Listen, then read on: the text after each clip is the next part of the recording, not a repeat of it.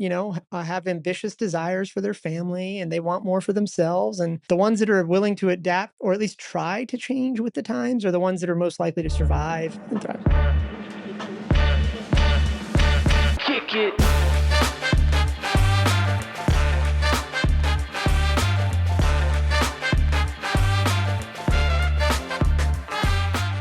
Welcome to Strata Stories. My name is Thomas Schreiber. I'm the Director of Marketing here at Strata PT. Strata PT combines your EMR and billing into one automated system to increase revenue and achieve a 99.99% reimbursement rate for physical, occupational, and speech therapy clinics. On today's episode, Paul Singh, the CEO of Strata PT, talks with Amit Gaglani, a PT and the founder of AG Management Consulting. Paul and Amit talk through challenges and misconceptions of entrepreneurship and private practice ownership, the role of mindset and seeking help in business success, and lastly, the impact of strategic coaching on growth and overcoming obstacles. If you'd like to learn more about Strata PT and see how our EMR and billing works, head over to stratapt.com to book a demo. Now, without further delay, here's today's episode.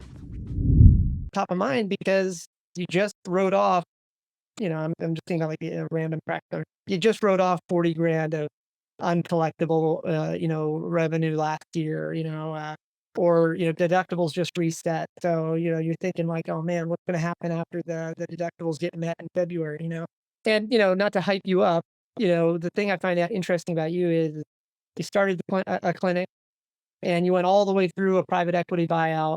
And now you're coaching lots of clinics in between. And one of the things that's similar about your coaching business and ours is that you kind of have all types in there. We, I'm probably oversharing to the audience, but like, obviously we treat every client the same, just like, you do as well, right? But, internally we think about, okay, there's what we call tier 3, tier 2, tier 1, and enterprise. And broadly speaking, a tier 3 client might be a startup. They're within their first year of operations. They're just trying to figure out which way is up. And then on the other extreme, enterprise is like 10 clinics or more. They're probably, doing 12, 20 million in revenue, probably more. So just like there's all types. And so maybe one of the open-ended questions I want to just start with is like, you see all types from the coaching side of things when you're seeing stuff. Like I only see so much in terms of the software. Like I can see like how many appointments you have, how many visits, what does the documentation look like. In the coaching side of things, you see more. You see like inner office dynamics and soft skill mistakes that somebody's making in the clinic. So I guess the poorly worded question to get you started is like, at the beginning of the year, you see a lot of clients.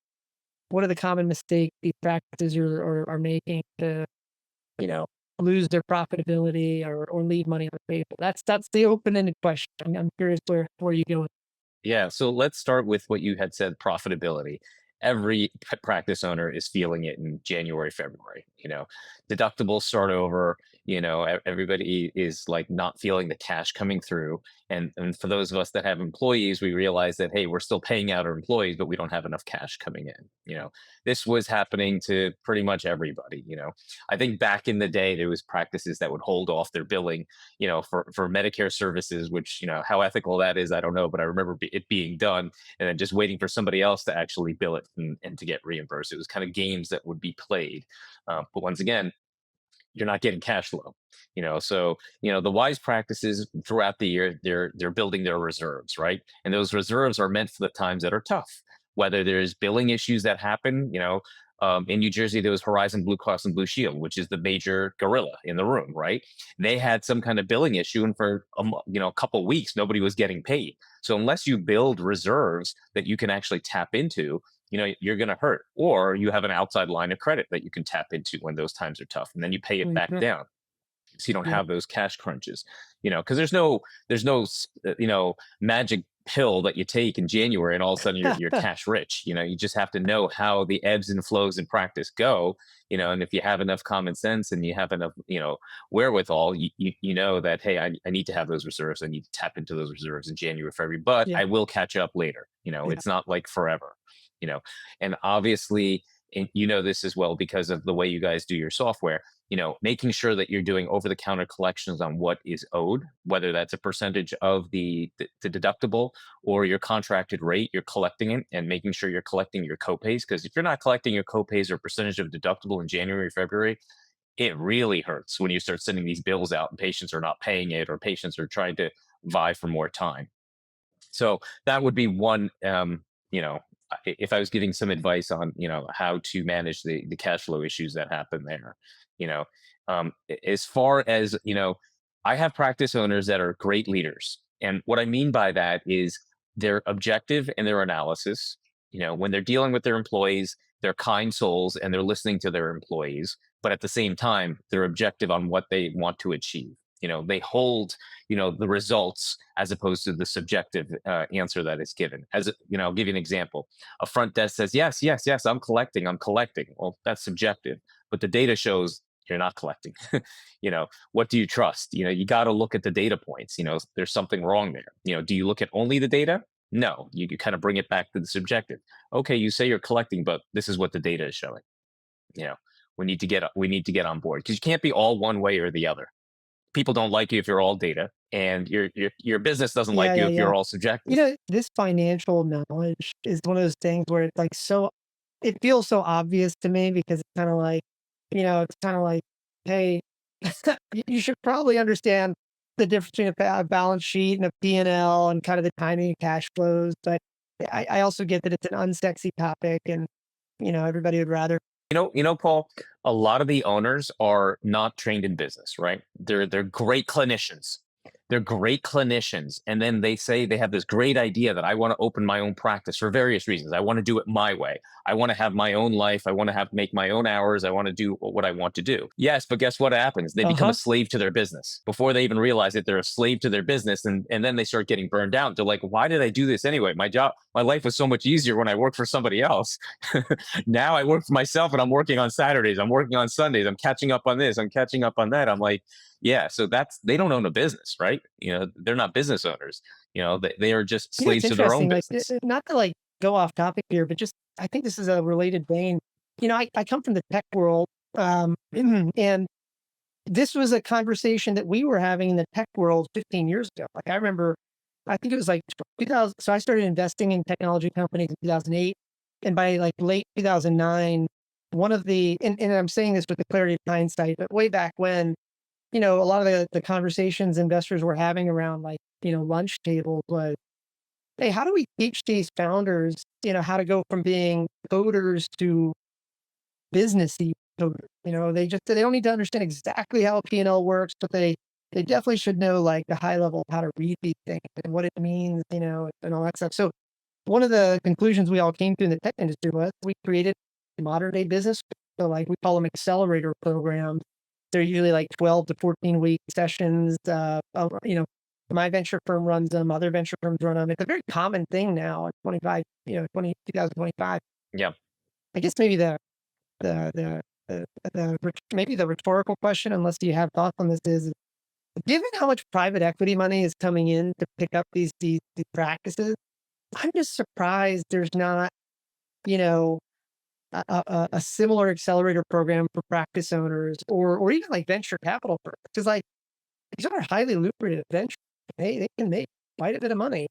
Um, but yet there's not a lot of knowledge for these clinicians to, like, there's no place for a clinician right now to go and say, you know, I don't know, if we just Googled, like, you know, uh, business school for physical therapy practice owner, I don't think there's anything that comes up. There's probably a handful in the whole country. I did one of them down in Florida, but that was years ago, and the guy retired.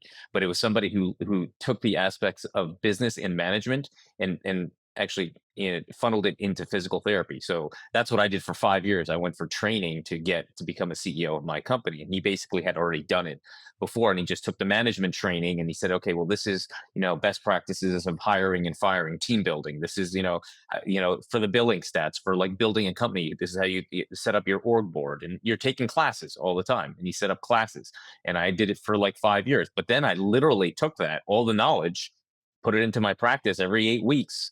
Put that into my practice, and the practice was just steadily growing. Because at where I was, Paul, I felt really disadvantaged. I became a business owner thinking I wanted to do it my way, but quickly realized I don't know what the heck I'm doing.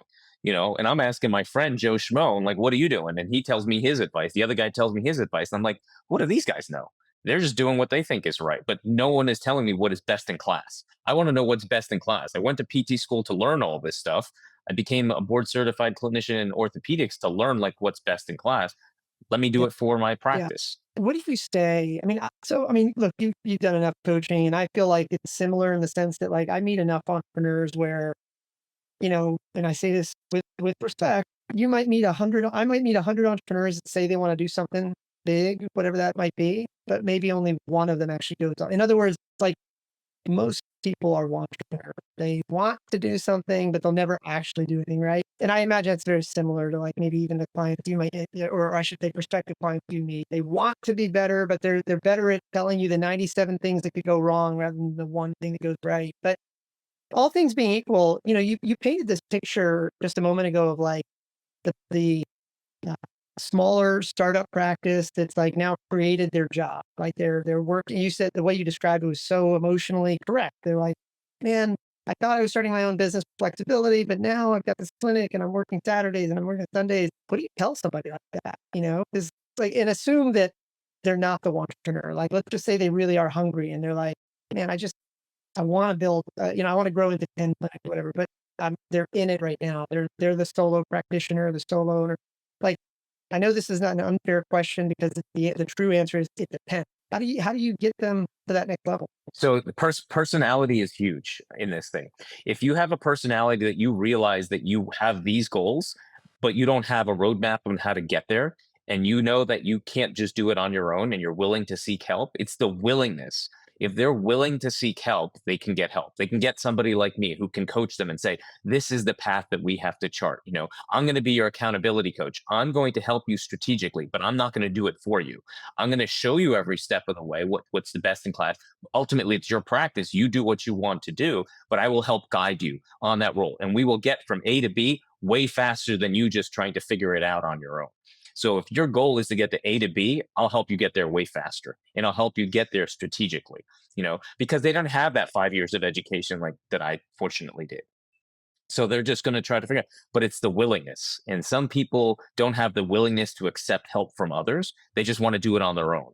And they will go, instead of going from here to here in a straight line, they'll go Yeah, like this and this and yeah, this. And they'll go yeah, backwards a little bit. And then they'll still try to figure out and yeah. they don't know what's going wrong because they're not Yeah, willing I mean, to ask for help. it's like the myth of entrepreneurship is like I should say the story of entrepreneurship. And this is, not just tech companies, but even like practice companies, that there has been this like story uh, projected, to the industry, to the market that says just become entrepreneurial and magically you're going to, have all the profit and it'll Just all do work it. it out, Nike. it's like I saw this meme where it was like step one, start a business.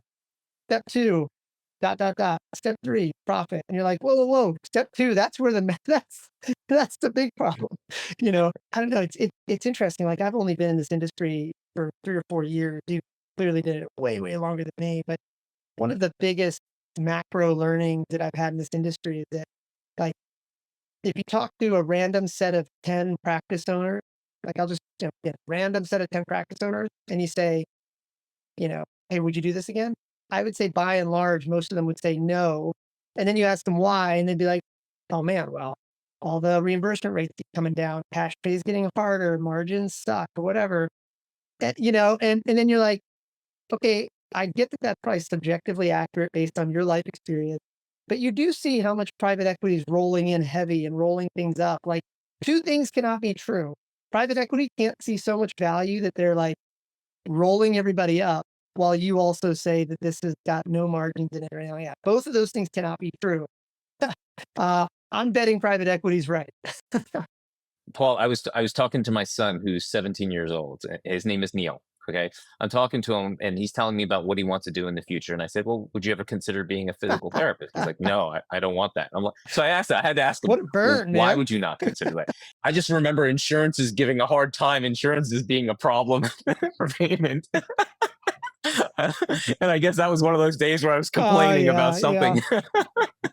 I'm like, oh, so if yeah. he thinks that, that is an issue, then that's what he remembers. Like, that he doesn't remember all the good things. He'll remember that one aspect of it. So it must be that powerful for people that they say, "Oh, I don't want to do that." Yeah, and, As an and industry. then the thing is, like, as much as we're kind of like laughing about it, there's always truth in these statements too. It's like how you feel about something is almost always equally as important as like the point is like there's some truth to what he's feeling because that's what a lot of people do, right? Like they, Yeah, I think what he's feeling is that, when you're a practice owner, sometimes you feel like you're at the bottom of the totem pole well, when you it comes kind to of are. insurances. That you don't you Yeah, don't dictate yeah, anything. Everything is like, if you don't have the referral, they're not paying you. If you don't have this done, you're not paying you. Even if you talk to a customer service person, they say you don't need a authorization, and then later they say, oh, you need an authorization. You're like, oh man, just one other thing, one other reason yeah. why we didn't get paid. Well,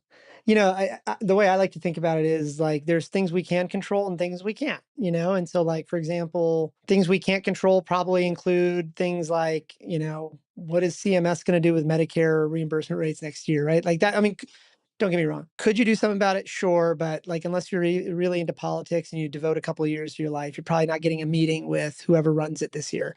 Um, but there are things you can control. So you start to think about like, I don't know, let's make sure that our copays, like, that 99% of our copays are getting received at the time of service. Let's make sure that, we are thinking about, marketing to patients and stuff like that, particularly past patients. Like my realtor that I have only used, I'm only 43, but I've used this one guy like 3 times over the course of my 25-year adult life. That guy markets to me more in terms of sending me magnets and putting his face on the side of my refrigerator. That guy markets to me more than the PT that I see twice a year right now for years for my running injuries. Like that, I've never received a piece of marketing material. Uh, and so I don't know. It just seems to me like there are things we can control. And there's enough money rolling through here that really you just gotta here's the this is this is gonna stay in the episode, and I'm gonna sound like an idiot. I mean, you're the smart one. I'm definitely the idiot on the call. But um, I was talking to one of our clients, and I've got a really good relationship with him. And we have a customer success team, but like I said, every month or so, I try to just randomly call a couple. And anyway, I have this one really good relationship with one of our customers, and I was calling him and he was talking about a problem or whatever. And he said, "What do you think I should do? Like, how do I get to the next level?" This is gonna make you cringe because you're like so well spoken, you understand it all. I was like, "Well, my man, all you got to do is just suck less." And he goes, "What are you talking about?" And I was like, "Look, every practice owner that I talk to says they want to be the best. They want to be the best in their region. They want to be the best in patient outcome. They want to be the best in all these things." I'm like, that's that's what they all say. But if I ask them, what does best mean? Nobody actually can give me an objective answer. And so I said, like, I'm half joking, but I'm also half serious. Like, when I say suck less, I mean, I don't know. How do you make sure that, like if I go to any of my e-commerce technology companies and I say, "Hey, what is the lifetime value of customers that you acquired in January 2023?" They have that on file. Like they can pull that up in 10 seconds and say, "Okay, the customers that bought and made their first purchase in January of 2023 have gone on to spend a total amount of X with us over the last 14 months." And da da da. Like we call that a cohort analysis. So obvious. But like if I think about it, my PT makes about $1,200 a year off of me. Just napkin math. It's like I know that twice a year I go in for a running injury. My insurer, it's usually like a 6 visit patient. Sorry, 6 visits for each plan of care. My insurance company reimburses about 107, $108. So 2 episodes a year, 6 visits each, assuming I show up, that's $1,200. That's how much he makes off of me. And yet I've gotten no marketing from him. And I still go back so that maybe the counter argument is you don't have to market, but I don't think that's the case. I think I go to him because he's actually located near my kid's school. So I can just, you know, but I don't know. The point is, though, is that there's so many things in our control, but nobody's really talking about it. Um, I have this like crazy idea. I feel like you might get me on this. I have this like crazy idea that if I had unlimited time right now, I would probably set up like some sort of venture capital firm specifically for PTs. And then bolt on an accelerator program to it that trades equity for the services to get these practices to the next level, because there is that much money running through the systems. And when you think about it, like the power law distribution, I think the numbers could work. So it's actually not crazy because this is how we've done it in the past. But like, imagine like investing 100 or 200K into each of these little practices.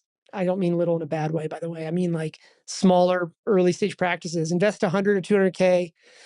You know, you're buying 5, maybe 10% of the partnership, but the participating practice has to turn around and return half the money as a fee for the accelerator program. And now you've got mutual incentive to like help them grow. And this is, if this sounds crazy, by the way, this is how it works in the venture capital world, in the tech world. Like when you go through 500 or YC or all these companies, they are investing, or we are investing a couple $100,000, and it's public knowledge. You are then paying a fee back. And that's because if I give it to you for free, you're not going to do anything. But if I say to you, you now have to pay that fee to get in. And yeah, it's not the whole amount we invested in you, but now you got to take this thing seriously. And there's a 12-week program. And if you do this all right, there's even potentially more money for you at the 12-week mark. All the incentives are aligned. So I don't know. Maybe that's more of a rhetorical statement, but I think that if I had unlimited time right now, I think 4 years into my experience in the PT world, there is enough meat on this bone that if we could just help these smaller practices get more serious about the business of PT, I think they would crush, absolutely crush. Usually they can't get out of their own way. A lot of them are mom and pop owners, and they're just busting at the seams, and they're literally going to bed late, waking up early, treating patients because they've never moved on to the business owner role. They're working in the business, not on the business. So if you can help them, and this is what I do with my coaching clients. My goal is to get them to start working on their business step by step, slowly. Let's add a couple hours to start working on the business on a weekly basis. Let me show you how to utilize those couple hours best to work on the business. Because you tell somebody to work on the business, they don't know what to do. They start finishing up their notes. I'm like, no. You cannot use that time to finish up your notes. We're using that time for growth. How can we make this practice grow? I know what I can tell them to do, but the point is for me not to do it, for me to show them so they start making proper habits on their own. Once they start making proper habits on their own, then they start doing it, more repetitively. Like, I don't want to be in a position where they're just looking for me all the time to give them what to do. You know, when I start off with clients, I tell them right away, like that's I'm not going to be your boss. Yes, I might do accountability where you have to send me something in a certain amount of time, but that's to keep you on track for the goals that we establish. We establish goals that we want to do them in a certain rate. I will be the accountable person that will Yeah. follow up and say, Yeah. "Did you do it? Yeah. Did you do it? Yeah. Did you do it?" You know, Yeah. but the whole idea is Well, to get them towards constraint is their a good goals. thing. I mean, I'm going to get a little philosophical here for a moment, but I was doing a keynote in Iowa about a month ago now. And in one of the topics I talked about, I talked about this idea that, there is no extra credit in business ownership for doing hard things. And so the example I used is I said, like, okay, you're a gymnast in the Olympics, you absolutely get more points for doing something hard. But if I look at, like, if I were to somehow get access to the deal memo of the private equity firm that bought your practice, Amit, you don't have to agree to share anything you don't want to share. But like, if I looked at that deal memo, I bet that zero of the value that you were provide or that you created was related to how hard you worked. It was really more about the systems and the constraints and all those things, um, which leads me to the other point here, which is that um, one of the false um, pieces of advice that we give entrepreneurs and business owners today is like, work hard. That we value grit. And the analogy I used in my keynote is I said, imagine for a moment that you turned on a Monday night football game and the announcer says, all right, welcome everybody to Monday Night Football. All right, here come all these idiots from both teams, and they're going to just run around until they're done running around. And so we're just going to run the game all night. You would be like, what in the world? You wouldn't even watch that. The NFL works because it's just like most games. It has constraints. This is where the field is inbounds and out of bounds. Here are how the players are allowed to interact versus not interact. Here's how many players you can have. Constraint is a good thing. And I bring it back to what you just said, which is that like we keep telling entrepreneurs and business owners, work harder. You got to do this. It extends into the weekends. When in fact, your boss at your old W-2 would never let that happen. Like, hey, listen, you haven't finished your documentation for today's patients. Listen, I need it done by 8 p.m. or 6 p.m. or whatever the number is. They're not going to let you drag it out to the weekend, you know? And so there's something to be said about putting constraints. And so to your point, like there's obviously value in having these coaches. I'm going to say something controversial, but it applies equally to my business and yours. My business should not exist. Your business should not exist. But here we are. you know, Insurance reimbursements get harder. And the cat and mouse game gets more and more advanced. And we've chosen to use technology to fight it. A lot of other people use outsourced labor arbitrage in other countries to do it. But either way, we shouldn't exist. In your case, if everybody was disciplined and rational about their business, they wouldn't need external sources of constraints. But yet, here you are. Here's Jerry Durham. Here's all these guys. So that was not a dig, by the way, on your business or mine, but rather just to point out that there's real value there. Not only that, but when you're a practice owner and you're in it, you're deep into it, you That's can't even fair. see Yeah, the outside of perspective. it, right? Well, it seems so obvious to us, they Perspective is can't even everything, man. see It's that like, obviousness. yeah. Oh, yeah. Like the analogy. I don't know why I have to always bring it back to running because it's like running and spelling bees are the only thing this brown guy can do. But it's like if I'm running through my neighborhood and I'm the fastest dad on the block at 8 minutes a mile, I mean, I feel pretty damn good, right? And then I go magically qualify for Boston, which I have not, by the way, but let's just say I did. And I see the starting line and, Kipchoge is running like a 4:23 mile for all 26 miles. I just got a dose of reality real fast, but it's all relative, you know? Um, so anyway, I do think, you know, even that idea of like the accelerator, I think even before that, I do think that one of the things I've been sort of kicking around internally, anybody listening to this, I'm not committing to this yet, but one of the conversations we've been having internally is like, what is the starting point of that? Is it a half day roundtable, you know, just outside of the next PPS conference because we know everybody's going to be in town anyway, but the first day is all check-ins anyway. So what does that first day afternoon look like where it's just a casual, exclusive group of people, 12, 10, 12, 20 practice owners, and it's sort of like Chatham House rules. Nobody talks about what we talked about in there, but we kind of get practical. I mean, it's kind of like when you go to Harvard, right? This is probably a bad example. The value of a Harvard degree is not the degree; it's the people that were in those same classrooms with you. It's the same with like Northwestern or any of these other advanced schools, right? And it extends to venture capital firms. Like if you're in the Andreessen Horowitz portfolio or the 500 portfolio or whatever, you're part of a super tight group, and maybe there's something like that. So anyway, maybe a rhetorical statement there, but I think there's something to be said here about the soft side of practice ownership. Um, anyway, well, I know we're all over the place here. So okay, in terms of 2025, do you see any new, from your perspective? I would imagine, and I say this with zero context and zero knowledge, and you can confirm or deny. I imagine in your line of work, you see so much. I would imagine that for 2025, figuratively, 80% of the challenges you see at practices are going to be the same as last year and in the year before. Like they're always the same. And then maybe there's like 20% of new challenges every year. Put me on the spot here real quick.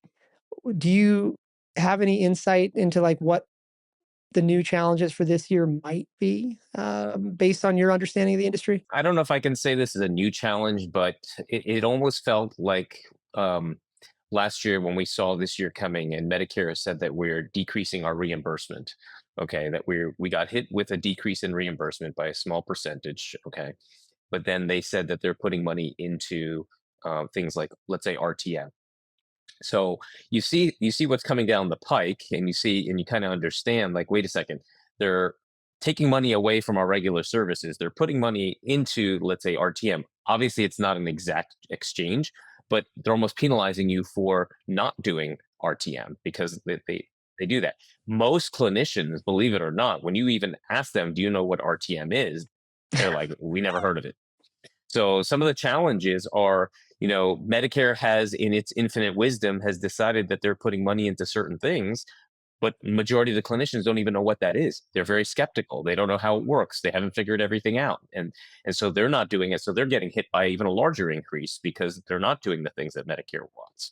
You know, um, and just getting up to speed with that and adding that, and it feels bad for practice owners because they're adding another thing for their clinicians to do. The clinicians are already kind of worked hard. They're already kind of, some get burned out. Now you're telling them, okay, well, now we got to do this because we're getting a loss on this end.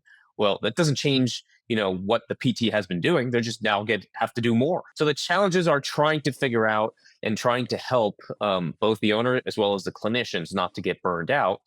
But my name of the game, what I see in practice is, a lot of times they're inefficient in so many different areas, and because they're inefficient in those areas, their margins go down. And as you know, the margins aren't exactly great in PT anyway. So because the margins are already low and then they get lower, it creates a system where the practice owner has to stay a mom and pop owner. They can't get into that area of, hey, I want to be the business owner, Yep. because their margins aren't great. So it just becomes Yep. like a cycle. Yeah. It's well, I agree. I'm trying not to ramble. I totally agree. It it is interesting. I think the yes, so many people get, anytime I see the word average, by the way, in any media content, I'm like, ooh, okay, that's a problem, because they're really just trying to, like, make people angry. So for example, when we talk about Medicare cuts, like if I Google right now, like Medicare cuts 2025, I bet you all the headlines would be like, average cut of 3.4%, average cut of X percent, right? Yeah, like it's okay. Like Right. that doesn't hurt us. Every year, 3 point something But percent, yeah, that but the starts to add average up. doesn't mean anything, right? Because to your point, if it was broadly true, so like all these pundits will be like, "Oh man, you know, reimbursement rate in 2025 compared to 2020, 2010," and they tell these average reimbursement, whatever, and it's like, okay, first of all, if that was accurate, nobody would be in business, right? So what's really happening is that you have to actually look at the cuts by CPT code, because to your point, let's just use RTM as an example. They're not cutting the overall reimbursement. They're just encouraging you to go a slightly different way. Like, how do you provide better care? In this case, RTM is like, maybe you could help the patient save a trip in, and they can do their exercises. I don't know. All I'm trying to say is that, like, you're right. I think Medicare realizes that if the patients are doing their home exercise programs, they're going to recover faster. So let's get them more I independent mean, at I'm home. not a medical professional, but that seems right to me. You Common know? sense tells you too that Yeah, you do your stuff at home, but even right, patients are right, right, reluctant right. to do Yeah, it. yeah. I mean, it's just common sense, right? It's like, oh, hey, would a patient be less likely to have an injury if they were healthy? Okay, well, let's try to incentivize them to do the homework. What does that look like? But your point stands, right? Is that a lot of practice owners and clinicians don't know these things. Um, Not to get philosophical here, I think part of the reason there's this fear is because their whole lives, medical professionals, I think, have been implicitly trained to believe that, like, that change isn't really required. Like, when we think about like technology companies, I mean, yeah, Also, change is exactly. tough. Right. Change is scary. All those things, they're having a hard time keeping up as it is. And now you're saying, oh, you Yeah. got to change this. They're like, oh man, I just finally got Right. grooved into what I'm doing. And I'm finally have a schedule and a way I'm doing it. So this is how I do things. And now you're asking me to change Oh that. yeah. I mean, Oh it's my like, God. It's not what they say. Like I know exactly. that It's that's like, what's going on. I was just, just like where you live, like, I've got probably 10 different grocery stores within a 5-mile radius that I could throw a rock at. Right. And what I always find interesting is that you ever, tell me if this is the same where you live. Whenever you get, like, for example, I was at Wegmans yesterday to get some groceries, and right there by the entrance, there's a nice little polite sign that says, um, if you're a competitor doing a walkthrough, please check in. Now, part of me is like, does that really happen? Like, is somebody from Harris Teeter walking through here and checking the price of bread? I don't know. But on the other hand, like, I was like, man, look at how cutthroat that is. They're actually like warning these people, effectively warning these people that they'll get trespassed if they show up. But think about how competitive it is for a grocery store. And yet our healthcare professionals, particularly the entrepreneurial ones, are thinking like, change is hard, changes this and changes that. It's like, no, look, there are a lot of clinicians out there that, have ambitious desires for their family and they want more for themselves. And the ones that are willing to adapt or at least try to change with the times are the ones that are most likely to survive. I've talked to so many owners that will complain about their reimbursements, and I'll show them this is how we can improve your reimbursement. You do this, you do this. Yeah, but then that requires us to do something different. Yeah, but I'm bringing you money that you never had before. No, Yeah. we just want to Yeah. get paid more. Okay, Yeah. how are you going to go Yeah. about that? Uh, Yeah, that's yeah. That's so well, easy. I think, So I know we kind of like meandered around a lot of different topics here, but I think this is still going to be an interesting conversation for the beginning of the year. Because as I said at the beginning, this is that time of year where everybody, so I'm going to say this in a controversial way. When you ask a practice owner, an average practice owner, how they're doing in like October, they're almost always saying things like we're crushing it or these subjective terms. But somewhere around the beginning of the year, it's so obvious like what they wrote off last year. They're doing their taxes. They're like thinking about the deductibles. This is the time of year when they're like probably the least romantic about their business and they're practical. So I still think even though we meandered through a bunch of different topics, I think there's going to be some interesting responses on this one. Um, as usual, we're going to put a link to, your LinkedIn and your contact info on there. But has anything changed about how people can get in touch with you if they want to chat? no, LinkedIn is probably one of the best. I have obviously social handles on Instagram and Facebook and things like that, but LinkedIn, and email if you have all my information in there. Email's also great because I can respond faster than probably LinkedIn. I'm on LinkedIn every once in a while looking at stuff, but email I'm all constantly. So, and plus, I love the one-on-one interactions and talking to different owners and getting their perspectives and things. So, yeah. I talk to people who have never been a physical therapist and they bought a PT practice. And I'm just like, that's very interesting. What made you want to do that? And I talk to ones that have done the same thing and they said, well, I bought a franchise. I'm like, okay.